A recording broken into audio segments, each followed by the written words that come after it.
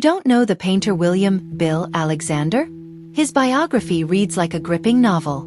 He was a charming and lovable fox and idealist who survived 2 world wars and spent many years traveling around North America in his VW bus as a traveling artist. His life was an adventure, his end dramatic. Born in Berlin and later emigrating to North America, the artist became famous as a TV painter with his own TV show named The Magic of Oil Painting. He even won an Emmy Award. Alexander needed only 30 minutes to complete a complete oil painting, and he taught this to his numerous students. Thanks to the Alexander painting technique he developed, anyone can paint like this. Even today, his method is still used and taught around the world. Little is known about his life. He has simply been forgotten over time.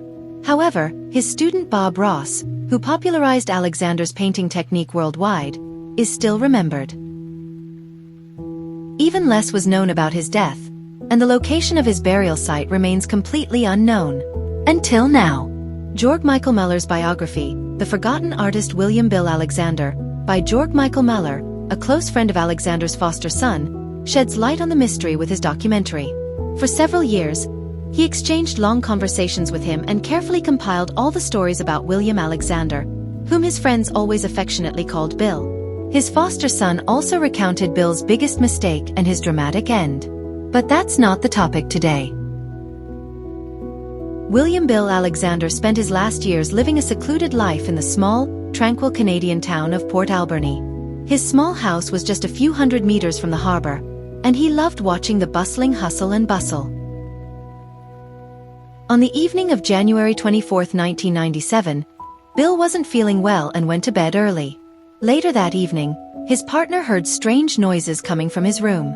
William lay motionless in bed, without a pulse.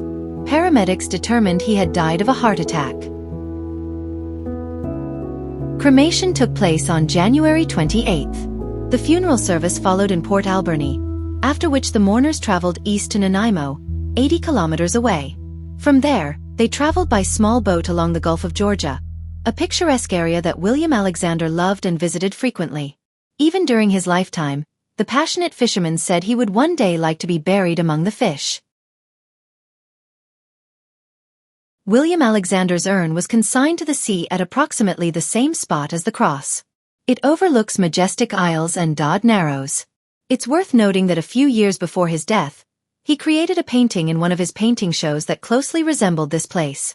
He had likely been here before during his lifetime.